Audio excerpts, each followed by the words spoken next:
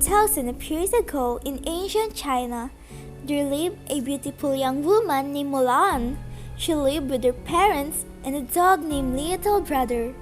Mulan's father had once been a great warrior, but his leg had been injured in battle.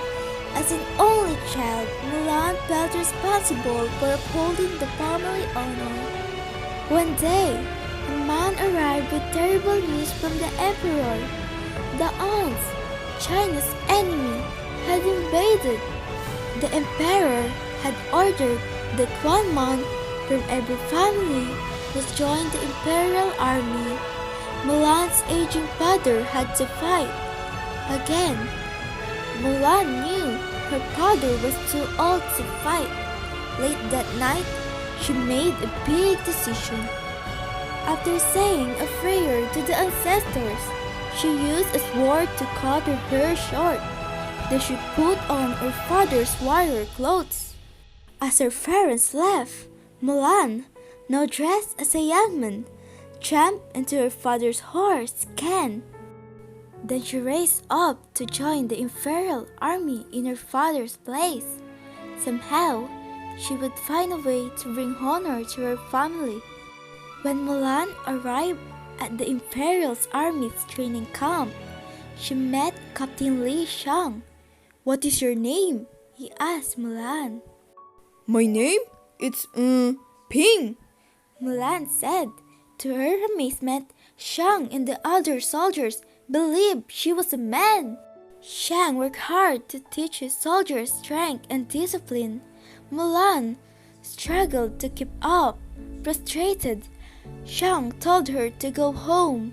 But to earn the soldiers' respect, Mulan retrieved an arrow atop a tall pole. This was the hardest training task of all, and Mulan had done it. Mulan was not alone in her journey. A dragon named Mushu, sent from the ancestors to be her guardian, and a cricket named Cricky were always at her side. Working together, they wrote a fake letter, ordering Shang and his soldiers to go after the hands. Now, Mulan would get her chance to bring honor to her family. Reading the letter's message, Shang led the soldiers into the mountains. Suddenly, they were surrounded by thousands of hands. Mulan got an idea. She grabbed the very last cannon and using Mushu's flame, lit the fuse. The cannon caused a massive avalanche of snow to fall on the hands. But the danger wasn't over. Snow was now racing toward Mulan and her friends. Mulan's loyal horse, Can, ran to her side. She jumped into his back, and just as the snow was about to bury Shang, Mulan pulled him to safety. During the battle, Mulan had been injured. While caring for her wound, a medic realized that Ping was a woman. Shang had no choice but to leave Mulan behind. As she sat with Kan, Mushu, and Cricky, Mulan felt she failed her family and herself. Then she heard the hands' voices. Mulan raced to the imperial city to warn Shang. "The Huns are alive," she told him. "They're in the city." But Shang felt betrayed by Mulan and did not trust her. Mulan tried warning the others, but no one would believe her. The Han leader Shan Yu kidnapped the emperor, but Mulan and Shang rescued him.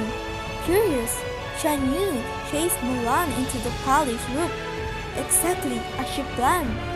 Mulan grabbed Shan Yu's sword and flung his coat to the roof. He couldn't move when Mushy and Creaky shot a rocket his way. The force of the explosion sent Mushy and Creaky flying through the air. Mulan and Shang fell together to the ground as fireworks began to fill the sky. The people were celebrating. The Huns had been banished, and the imperial city was safe. The emperor was very grateful to Mulan. You have saved us all. He said, and then he did something extraordinary. The emperor bowed to Mulan. Everyone in the plaza bowed to Mulan too. The emperor asked her to stay on as his advisor, but Mulan knew it was time to return to her family. At home, Mulan presented her father with the sword given to her by the emperor. The greatest gift and honor is having you for a daughter. Her father said, "I miss you so," Excuse me? said the voice behind them. Does Mulan live here? Shang had brought Mulan her helmet, and she invited him to stay for dinner. The end.